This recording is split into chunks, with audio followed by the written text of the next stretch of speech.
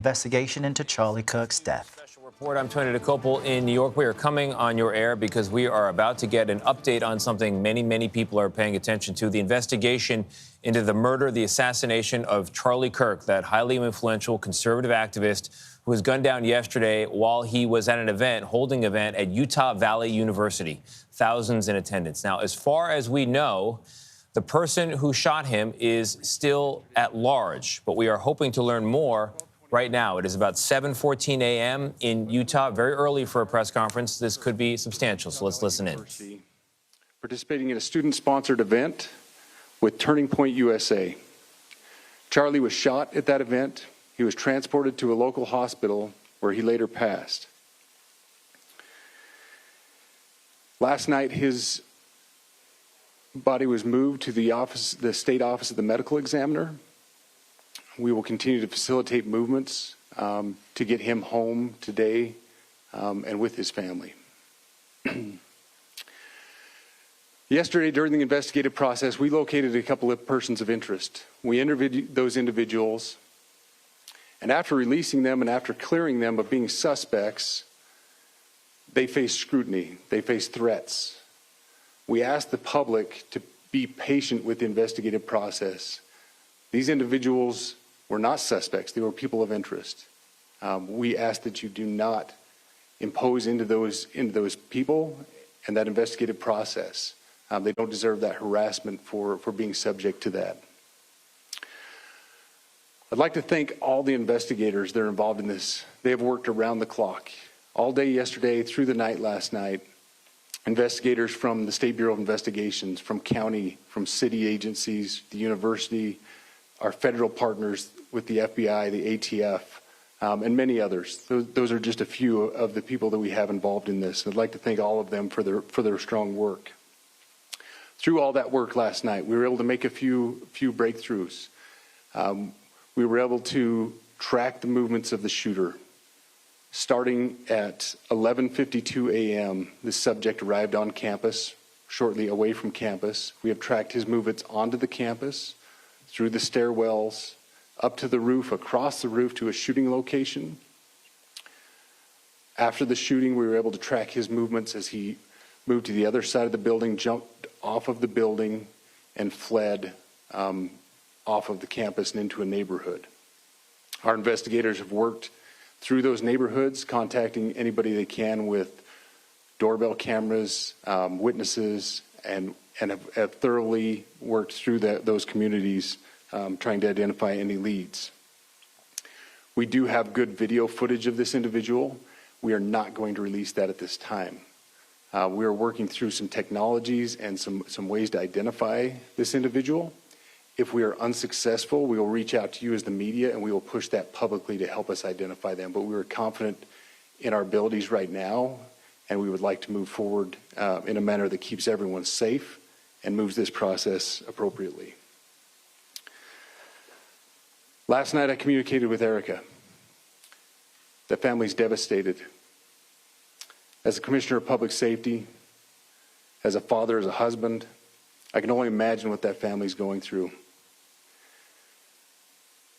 The heinous event that happened yesterday is not Utah. This is not what we're known for. Over the past several weeks, we've seen this state come together to help families in mourning, come together as a community to show what Utah is known for a state of character, of service, of camaraderie, of a neighboring feel. We will not stand for what happened yesterday. We are exhausting every lead. We have every officer invested in this, every investigator, every local agency. The outpouring of support from the law enforcement community has been astounding. We are investing everything we have into this, and we will catch this individual. Having walked through the crime scene, through the hallways of this school, through the classrooms, I can't imagine what the people on scene felt as well. A horrific event where some of them barricaded in classrooms, some of them ran in fear. Can't overstate the tragedy and the horrific event that yesterday was, and how we will work to bring to justice the actions of one individual or any other individuals that assisted in that. Our state has gone through a lot, and we will come out successful. With that, I'll turn the time over to Special Agent Bowles in charge. Good morning. My name is Robert Bowles, and I am the Special Agent in charge of the Salt Lake Field Office. Following yesterday's tragic shooting of Charlie Kirk, FBI agents have been working around the clock in coordination with our law enforcement partners. We are and will continue to work nonstop until we find the person that has committed this heinous crime and find out why they did it. This morning I can tell you that we have recovered what we believe is the weapon that was used in yesterday's shooting. It is a high-powered bolt-action rifle. That rifle was recovered in a wooded area where the shooter had fled. So the FBI laboratory will be analyzing this weapon. Investigators have also collected footwear impression, a palm print, and forearm imprints for analysis. Now, I understand there are a lot of questions about motive. I assure you that all leads, tips are being fully investigated. As of this morning, we have received more than 130 tips. We thank the community for that. The FBI has brought every resource to bear, and we will continue to do so throughout the course of this investigation. The FBI's mission is to protect the American people. It's to uphold the Constitution of the United States. Any attack on the First Amendment is an attack on the very foundation of our democracy. That is why we will relentlessly pursue this case and the shooter until we find him. We also continue to grieve with the family and the community. It's our community. If you have any video or images from the shooting, we ask you to please submit them to our digital media tip website at www.fbi.gov/Utah Valley Shooting. You can also call the FBI at 1-800-CALL-FBI.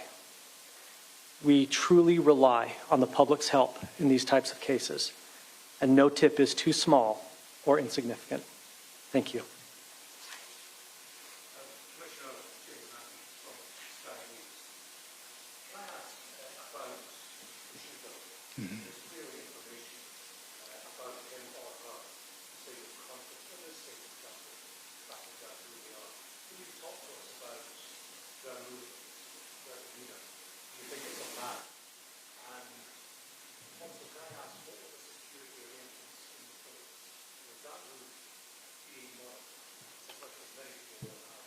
Absolutely. So what I'll release about the suspect is suspect blended in well with a college institution. We're not releasing many details right now, and we will soon. But right now we're not. But that individual appears to be of college age. We are confident in our abilities to track that individual. If we're unsuccessful in identifying them immediately, we will reach out for the public's help and the media's help in pushing those photos. That was a new development overnight, working through the night, studying those cameras. So that's something that's new and that we're working through right now. As far as the security, I cannot speak to that. Neither the Department of Public Safety nor the Federal Bureau of Investigation was involved in the planning or security of this event, and that'll have to be a question later for other agencies.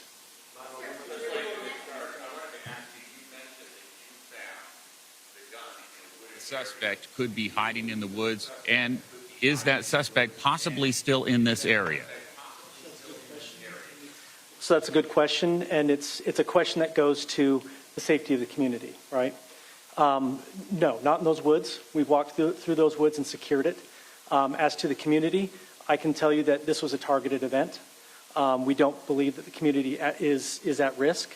However, we are exhausting every resource to find him, and we will do so.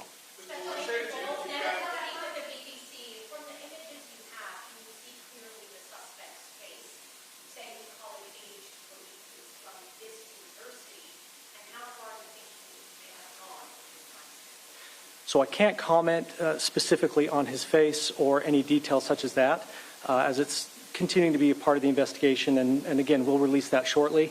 However, we're doing everything we can to find him, and we're not sure how far he has gone yet, but we will do our best. We have images of the suspect.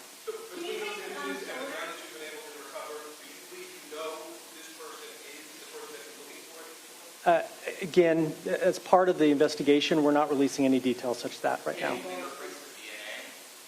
We are exhausting all of our resources to be able to collect those, but that's, again, part of the investigation.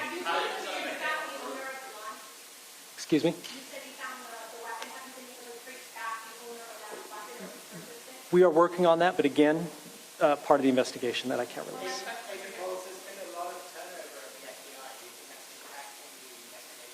Not at all. We've got complete and total support from everyone, from the director on down, and it's been an incredible supportive environment so far.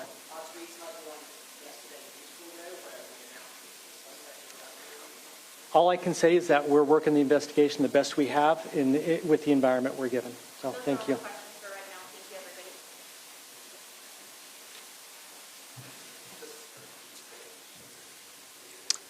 You have been watching a press conference out of Utah this morning, one day now after the assassination of Charlie Kirk. We thought it would be a substantive press conference, and indeed it was. The commissioner of the Department of Public Safety there in Utah and the special agent in charge of the Salt Lake City FBI Bureau talked about the suspect, and we learned quite a bit. We learned they believe it is a college-aged individual who, as they put it, blended in well with those at the event. We also learned that they've recovered what they believe to be the weapon, described as a high-powered bolt-action rifle. They have palm prints and they have footwear impressions that they believe, along with good quality video, will be enough to track this individual at this time. They are not releasing a name or footage for the public to comb through as of yet. Right now, they feel they have it down. Carter Evans is down on the scene and asked some questions there at the press conference. Carter, what stood out to you?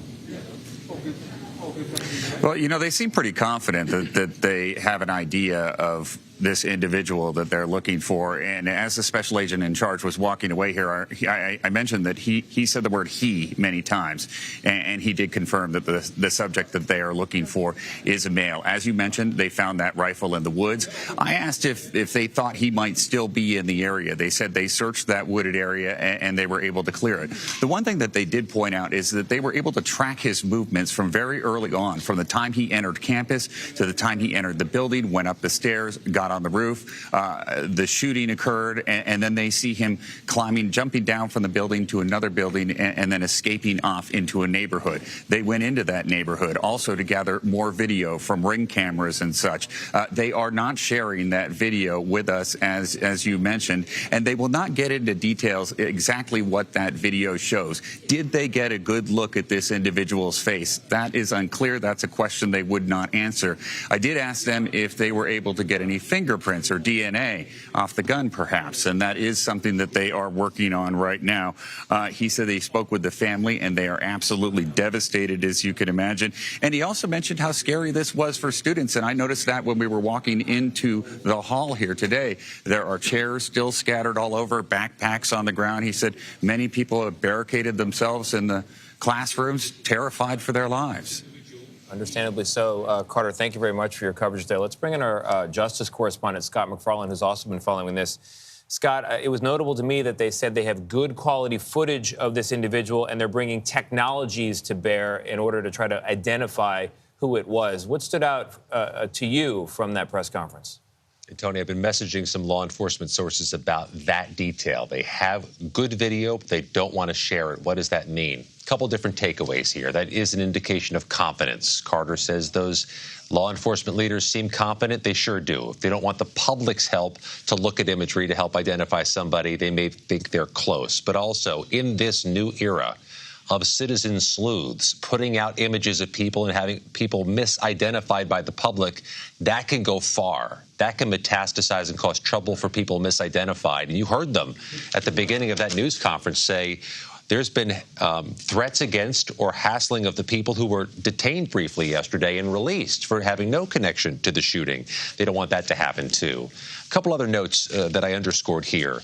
The arrival time of this shooter, 11:52 a.m. local time in Utah. That's 8 minutes before the event began yesterday. This is not a situation where somebody was there with plenty of time to set up an elaborate setup and do elaborate planning on site. It's a pretty quick turnaround.